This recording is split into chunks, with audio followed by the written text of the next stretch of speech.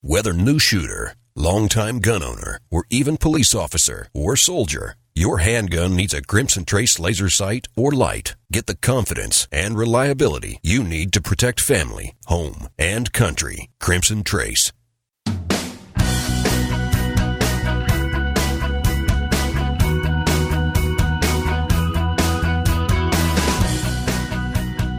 The #1 national voice in defense of your Second Amendment rights. Gun Talk, available on iTunes and on the free Gun Dealio smartphone app for Android and iPhone. To be on the air with Tom, call us now, 866-825-5486 or 1-TOM-TALK-GUN. Now, here's Tom. Oh, yeah, we're talking guns. Well, that's what we do around here. By the way, I'm Tom Gresham. If you just joined us, welcome. We've already done 2 hours of this. You're late to the party. Where the heck have you been? We need your help. We need your voice. We need you to be involved. We need you to call in here and give me a hard time. Why not? Everybody else does. Take a number. By the way, if you'd like to join us, it's real easy. You can shoot me an email, tom@guntalk.com. Over on Twitter, I'm at GunTalk. But the best way, clearly, is to call in. Let's talk about it. 866-TALK-GUN, or just dial 1-TOM-TALK-GUN. If you have a firearm, you know that even on polymer guns, some parts are made of metal. One of the problems with metal is that metal can corrode, i.e. rust. I hate rust. Just hate it. I live in the steamy South. I mean, man, when you're down here in South Louisiana, it's steamy and wet. And when you carry a gun, it's sweaty, and sweat is corrosive. You want to do anything you can to protect your gun. The other thing I like, look, I mean, you know I like guns, right? But it's even better if you can have a gun that looks cool, that looks neat, that looks, well, different. Well, our next guest can help out with all of those things. Brandon Grady is with Cerakote. You may have heard of them. Hey, Brandon, how are you? Good. How are you doing, Tom? Excellent. When somebody asks you, what is Cerakote, what do you tell them? It's a ceramic polymer coating that can go on metal, plastics, pretty much anything that's made with a gun. So it is a ceramic. Did you say a ceramic polymer coating?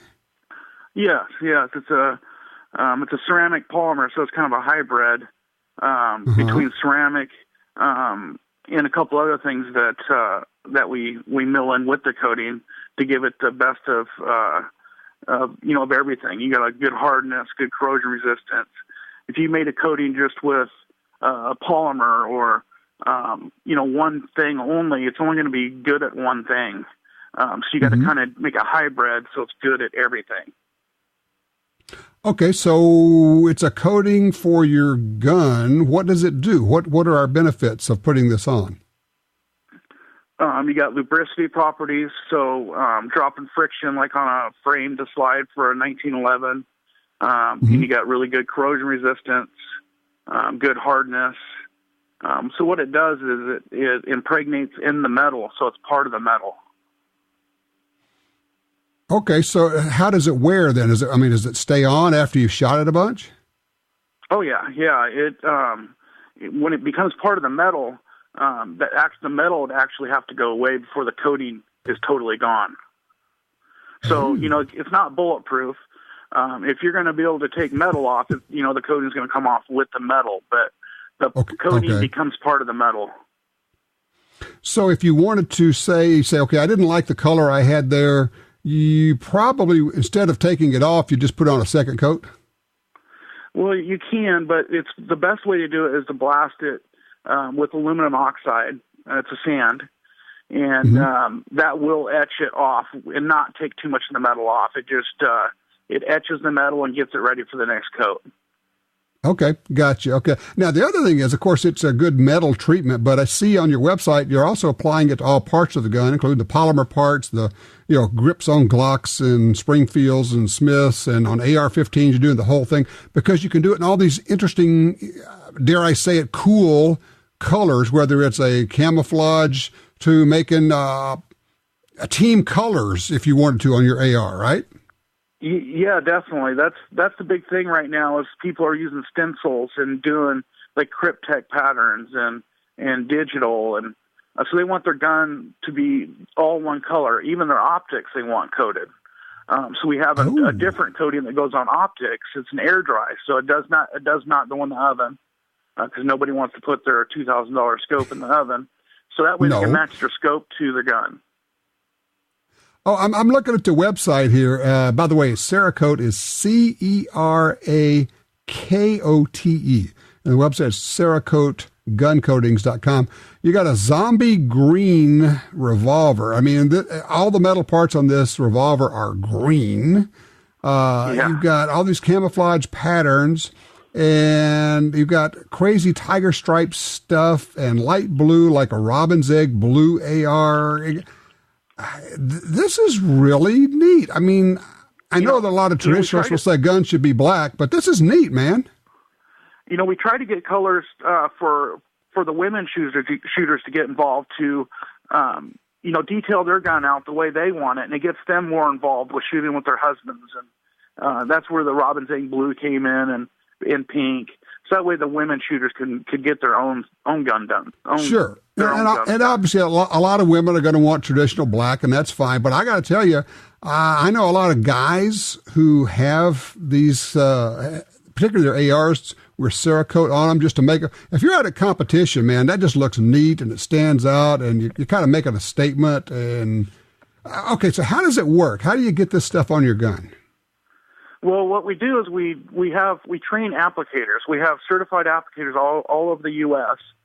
So if somebody don't have a sandblast cabinet and an oven and don't have the equipment to do it, they can go on our website, go to our map, our applicator map, and they can find a certified applicator that we've trained by them, in their area, and they can take their gun to them and they can do it for them. All right, hold on here. Hold on. I'm doing that exact thing right now. I'm pressing the search button. There you go. I've got one not too far from me. Wow. I didn't even know the guy was here. He is right up the road from me. How cool is that? Yep.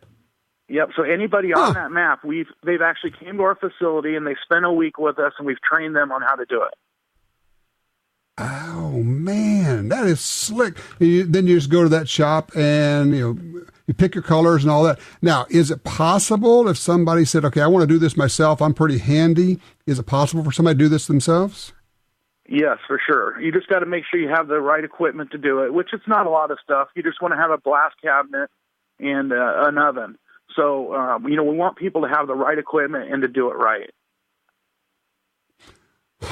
This is really slick. I mean, talk about a way to individualize your gun. And I wasn't kidding. I'm looking at this and thinking, if you've got like a favorite football team and you've got the team colors, and you've got all kinds of different colors, so you could probably pretty closely match most things, couldn't you? Yes, that happens a lot. A lot of college football teams, they want their gun to be their favorite college football team. And another thing they can do is mix the colors themselves and make personal colors for themselves.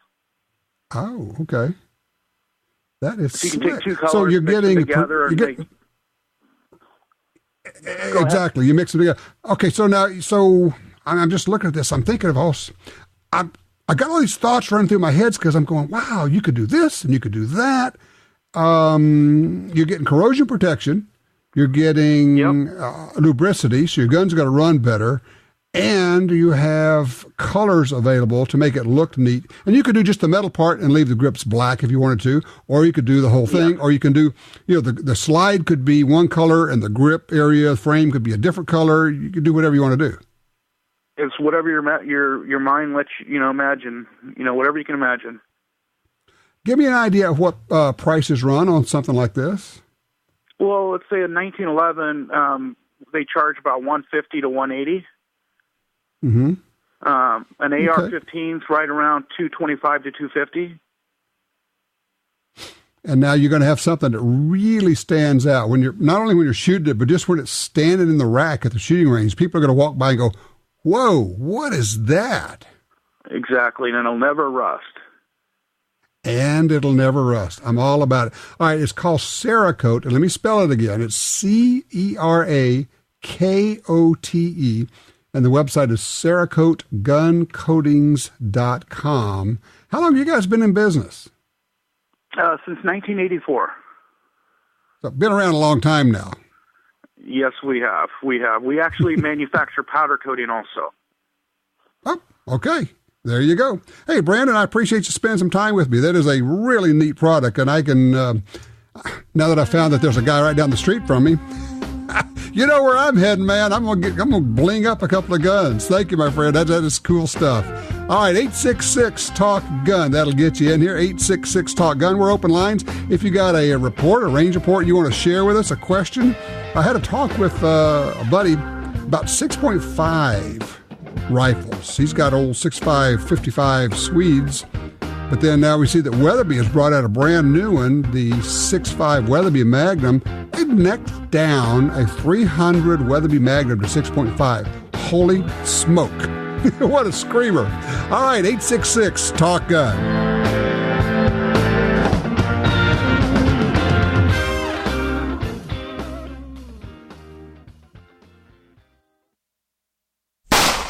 There's a rise in home invasions in America, and you need to be ready. Ready to protect yourself and your family.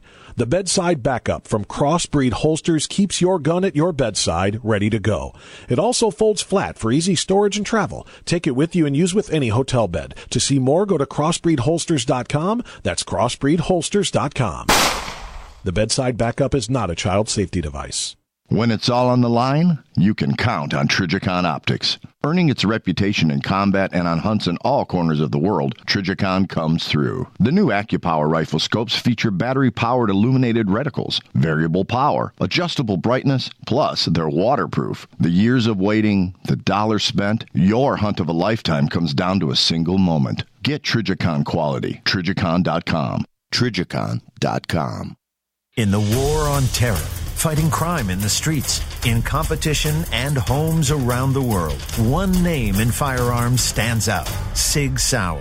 Our pistols and rifles are renowned for their unfailing performance. This same commitment to excellence can be found in our line of SigTac accessories and the training offered by the Sig Sauer Academy. For unmatched quality, reliability, and innovation when it counts, choose Sig Sauer. Visit sigsauer.com today. Attacks happen every day. How will you react? See real people put into real-life criminal attack situations on First Person Defender. Discover what works and what doesn't. Kidnapping, ATM robbery, home invasion, and other attacks. Learn how to save your life and the lives of your family. Get the entire first season on DVD at shopguntalk.com. Get prepared. shopguntalk.com.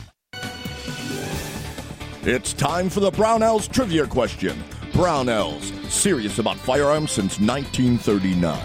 Are you a gun know-it-all? Well, you may have a chance to win the Brownells GUNTALK FN SCAR 17S Dream Gun and a trip to the NRA show in Louisville, Kentucky, May 19th through the 22nd. Here we go. Which action style is the Mayflower gun, brought to the New World by John Alden in 1620 and now in the NRA National Firearms Museum? Flintlock, matchlock, or wheel lock?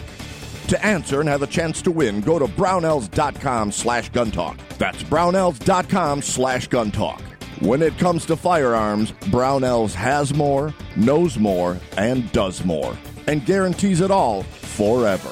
Brownells is serious about firearms.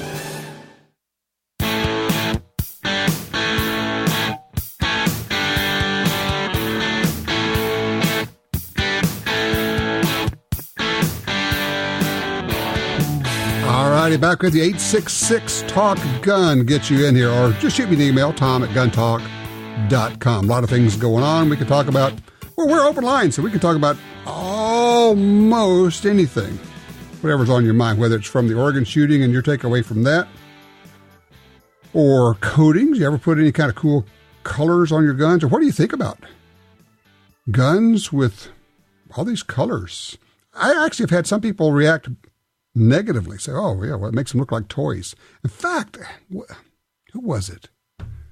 was it Bloomberg who wanted to outlaw them because it made them look like toys? It may have been Bloomberg in New York. Why not? It's an excuse to ban a gun. I mean, when you are a committed gun banner, you'll just look for any excuse to ban a gun. But that's that. Anyway, 866-TALK-GUN gets you in. Ken has called in out of Jackson, Mississippi on one. Hey, Ken, what you looking for here? Hey, Tom, enjoy your show so much. You know, the guy with the coating thing wanted to be about the coolest thing in the world is an AR-15 with a combination of red, white, and blue. That would be one fine-looking machine. I like it. That's red, white, and blue in various different.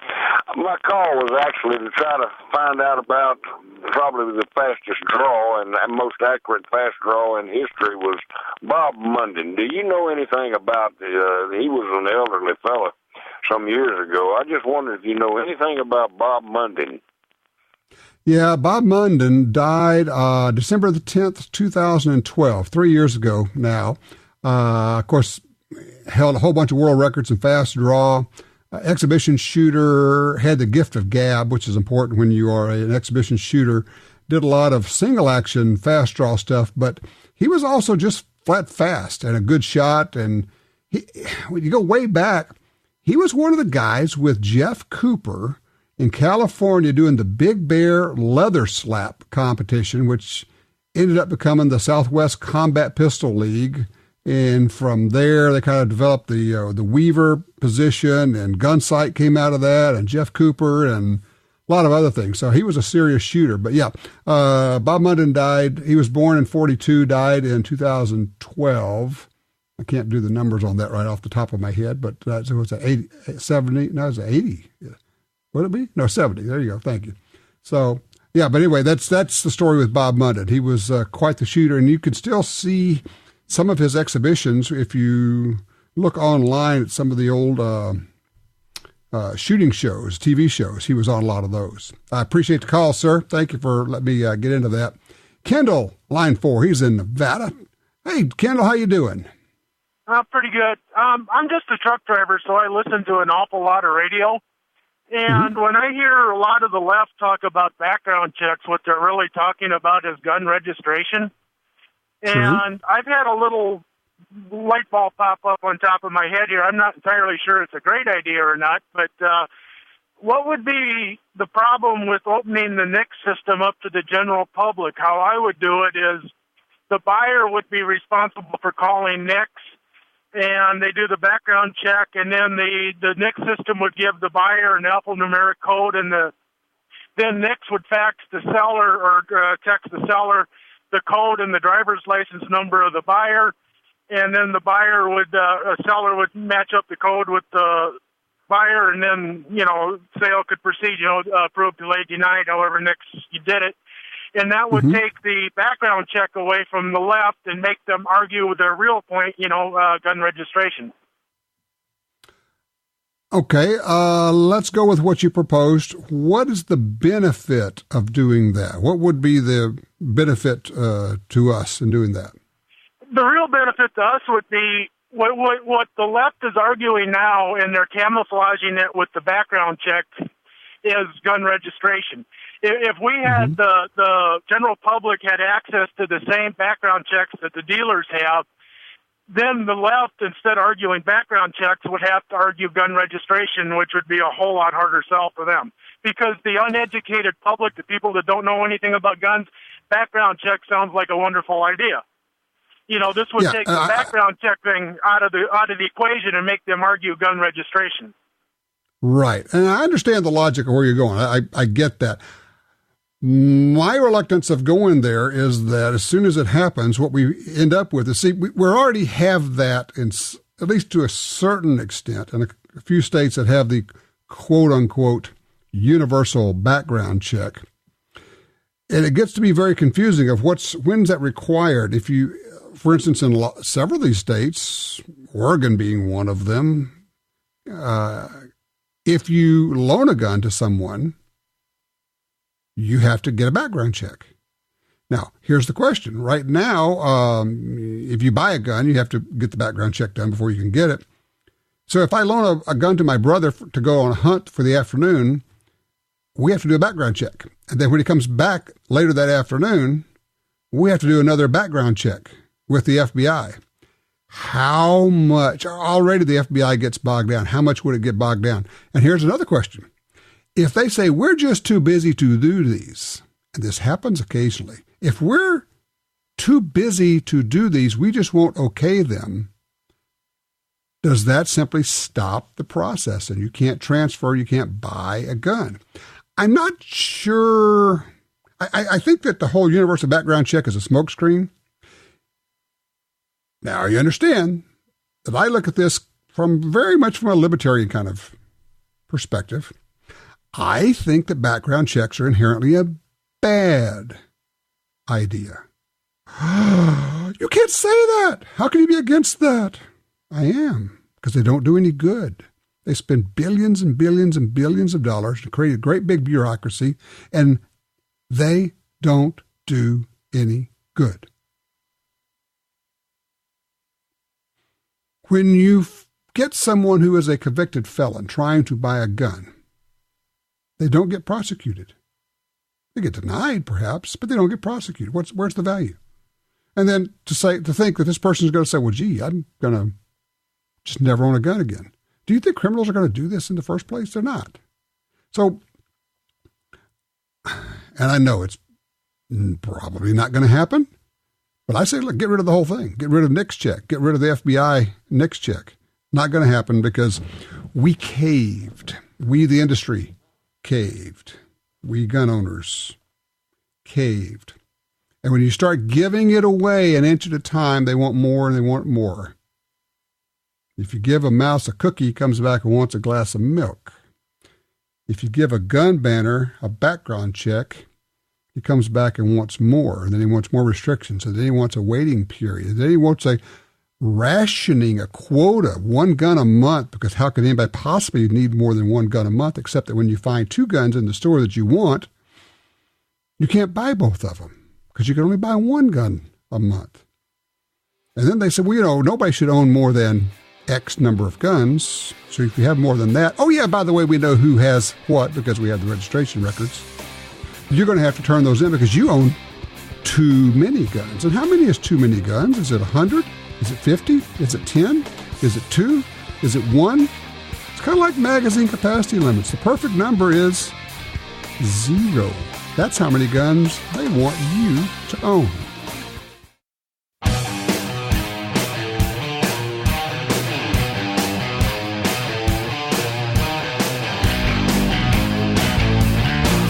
You're listening to Gun Talk, now on more than 200 great radio stations. Now, here's Tom. Oh, come on. This is fun. We're talking about guns and shooting and going out to the range. And we had that 13-year-old girl called in. She wanted to know about getting her carry permit when she turns 21. I was counseling her to, hey, get involved in shooting. You can get a college scholarship in shooting. How cool is that? A lot of people are not aware of that. Oh, yeah, and you don't have to be like big or fast or strong because not everybody can play those sports. But anybody with decent eyesight and the ability to concentrate, because shooting is a mental game, make no mistake, can shoot. And with practice can get to be really good and can get a college scholarship. Or maybe even, if you're really, really good, go to the Olympics. How cool is that? Man. All right, Robert's in Waco, Texas on 2. Robert, you looking for a suppressor? Yes, sir, I am. I hear everybody talking about how you can go out and just get a suppressor, and I really want one, but, I don't know how about going to get one, whether you need a license like your CHL or something like that to get a suppressor. Sure, okay. It's a real simple process, and basically all you need to do is find a local gun store that sells suppressors, and they will take you through the whole process. It's not as easy as going and buying a gun. You have to fill out some paperwork, and you make an application to the federal government. It's going to take roughly 4 months to get your paperwork back on it, and it will cost $200 because what you do, believe it or not, you buy a tax stamp.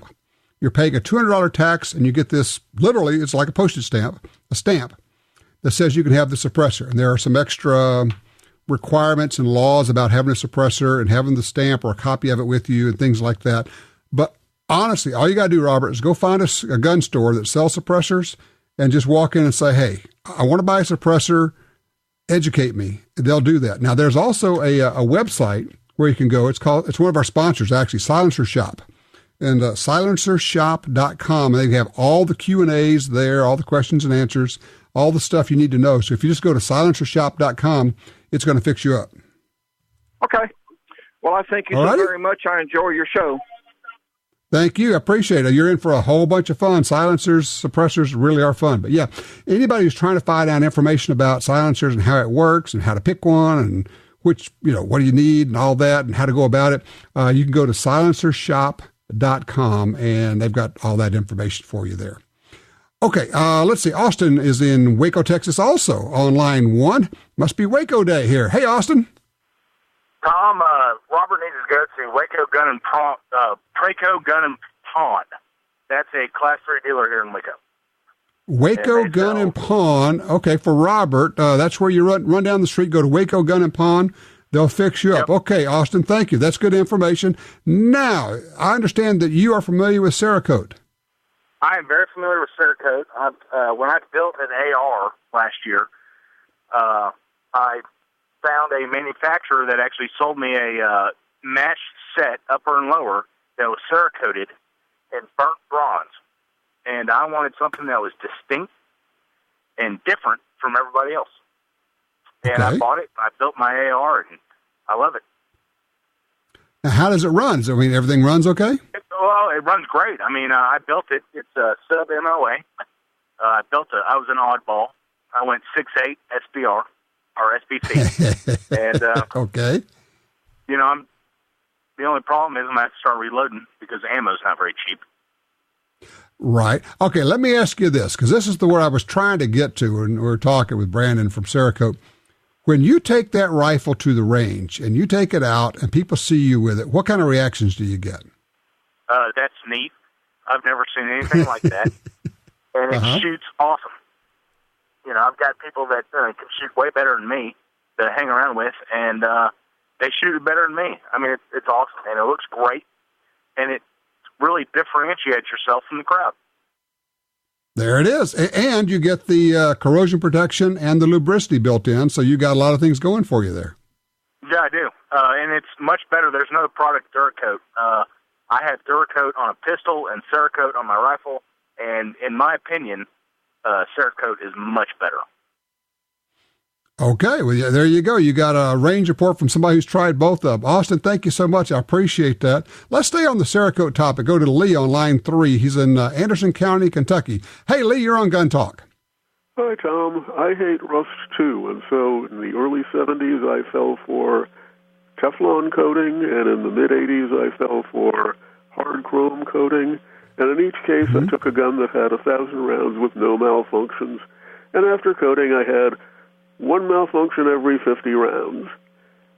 Does the Cerakote outfit guarantee that my gun's going to work as well after they coat it if I take it to one of their certified coaters as it did before? I have no idea, but they may have that information on their website. Again, it's CerakoteGunCoatings.com, but I do not know the answer to that question. And if they don't have it on the website, I would send them a note and ask them, Now, I will say this, like our last caller, he said, look, it runs fine. He's not having any problems with it.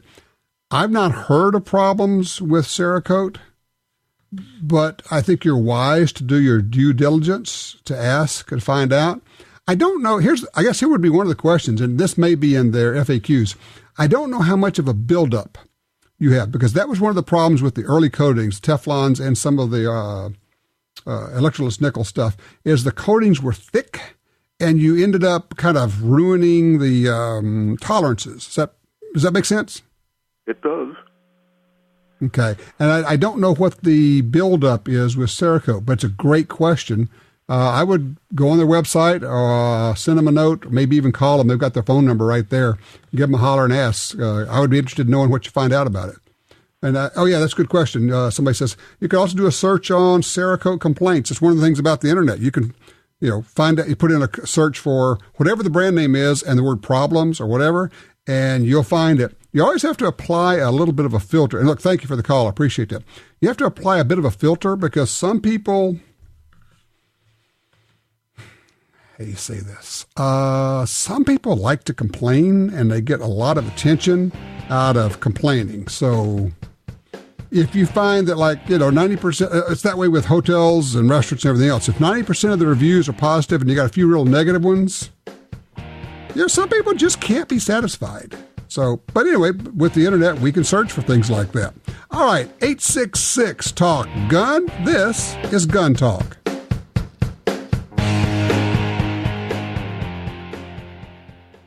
The Ruger LCRX is a variation of the LCR that features an external hammer, allowing it to be fired in single-action mode. The LCRX can also be fired in double-action mode.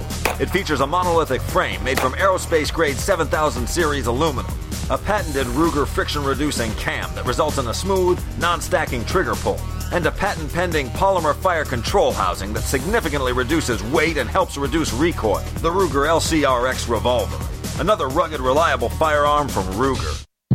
Be sure to watch NRA Freedom Friday from 8 p.m. to 11 p.m. with Freedom Fighters, American Air Gunner, ATSN Stop the Threat, Gun Talk TV, Championship Season, Guns and Gear TV. Watch NRA's Freedom Friday only on the Pursuit Channel, where we deliver the outdoors. Are you looking for a place to shoot? The National Shooting Sports Foundation has a great website called wheretoshoot.org. It's the largest database of shooting ranges on the internet. It's also a great resource for shooters where you can find video tips, printable targets, and a lot more. Find it online at wheretoshoot.org. And while you're there, download their free iPhone app. That's wheretoshoot.org. What's the best self-defense gun? It's the one you have with you. The Taurus Curve is the most comfortable gun you can carry, so you will have it with you. It actually curves to fit your body. Ultra comfortable, snag-free, made in the USA. Built in light and laser. 10.2 ounces of .380 firepower. Double action only. The world's first and only curved firearm. Details at taurususa.com. In the fight for gun rights, we need ammunition, intellectual ammunition. And no one does it better than researcher John Lott, author of More Guns, Less Crime. John created the Crime Prevention Research Center to counter the junk studies being done to push gun control. But he doesn't have the big bucks of billionaires like Michael Bloomberg. All he has is us. So I'm asking for your help. Go to crimeresearch.org and donate what you can. This research makes all the difference. People ask what they can do to help preserve the Second Amendment. Honestly, this is one of the best moves you can make. If you can give a lot, that's great, but even the cost of a box of ammo helps. We need John Lott's intellectual ammunition. Go to crimeresearch.org. It's time to step up. crimeresearch.org. Behind every revolution is a patriot. Just as this great country was founded on the ideals of many, the new Mossberg Patriot is the sum of all that came before it. Reliable, timeless, built to last. The classic American hunting rifle, with a heritage forged over generations, has come home. Mossberg, built rugged, proudly American.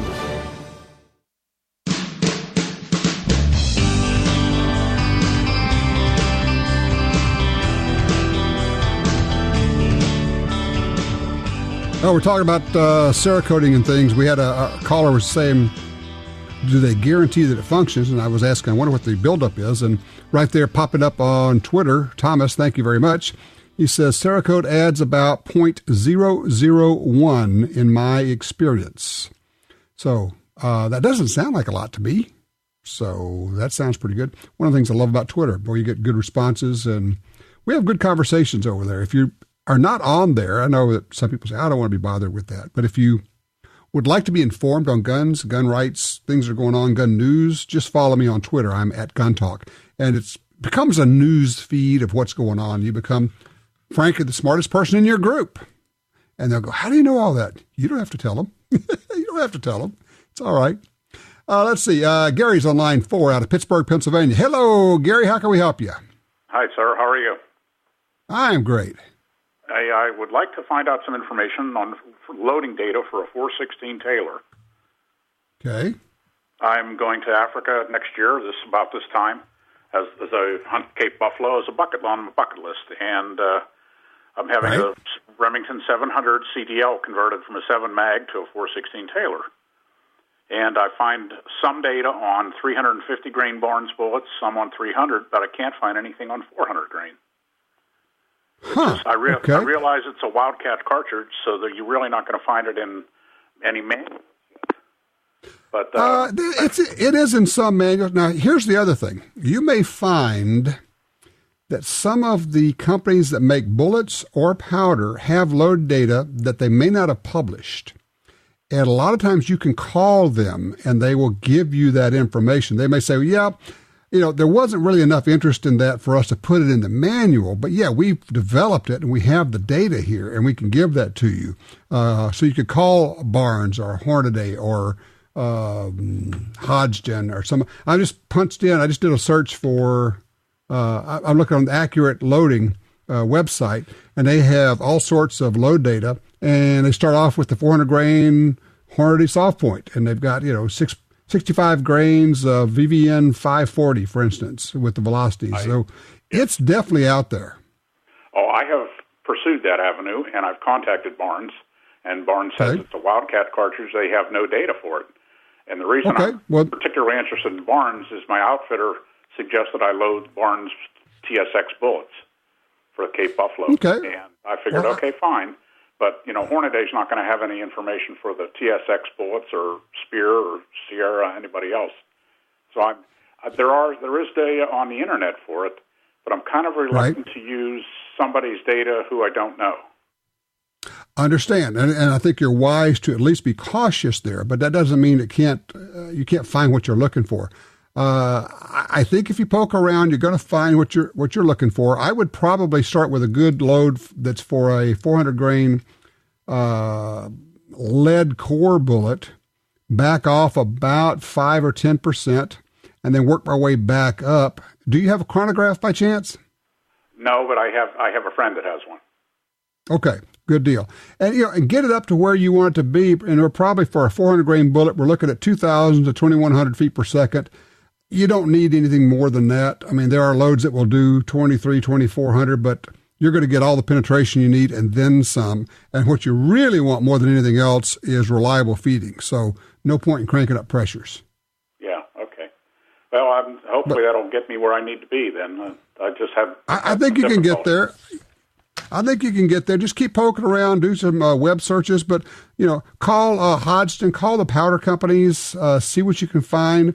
And as I say, you may not find somebody that has the load for that particular bullet, but if you start with a load for a lead core bullet, a jacketed bullet, back off 5 or 10% on the powder when you go to a solid copper bullet, and then start bringing it back up. I think you can get there safely. It's just part of your load development process. Now, shooting a 416 Taylor a whole bunch is not a lot of fun. That's where I like to get like a 25-pound bag of lead shot, and I stick it behind the butt of the rifle when it's sitting on a rest. And now instead of shooting a 9 or 10-pound rifle, I'm shooting a 32-pound rifle or a 35-pound rifle. And that's a lot easier on your shoulder if you're going to sit there and shoot 30 or 40 or 50 rounds while you're doing load development. Been there and done that. I have found that I can shoot about 20 375 H&H loads accurately. After that, it starts to fall off. 416 Remington, about a dozen rounds, and I start to get the flinchies. So I have to do everything I can to try to control recoil. By the way, we're going to have the after show. If you'd like to get involved in that after the last break here, call us right now. We can get you in. 866-TALK-GUN, get you in here. 866-TALK-GUN. We'll be right back with more Gun Talk.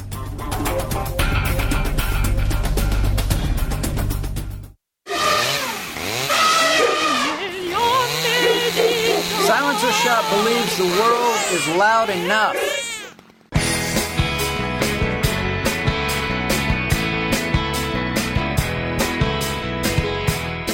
All right, don't forget that we're going to have the after show coming up shortly here. So if you'd like to call in and be on the after show, we can certainly do that. Just call us at 866-TALK-GUN. If you haven't heard the after show, boy, are you in for a treat. Well, maybe. Kind of depends on which one you listen to. But they're all fun and bizarre and different. We're going to be talking today. Jim just got him some body armor. We're going to talk about wearing your body armor when you go to a public range or when you're out with your buds.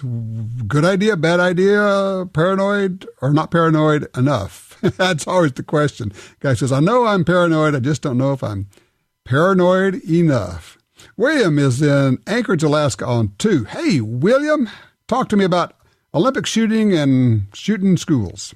I wanted to comment about our ongoing programs here for children. Mm-hmm. We have a Olympic team here in the high schools, and they participate in air rifle competition. But we also have several ladies who participate locally and nationally in skeet and trap and sporting clays.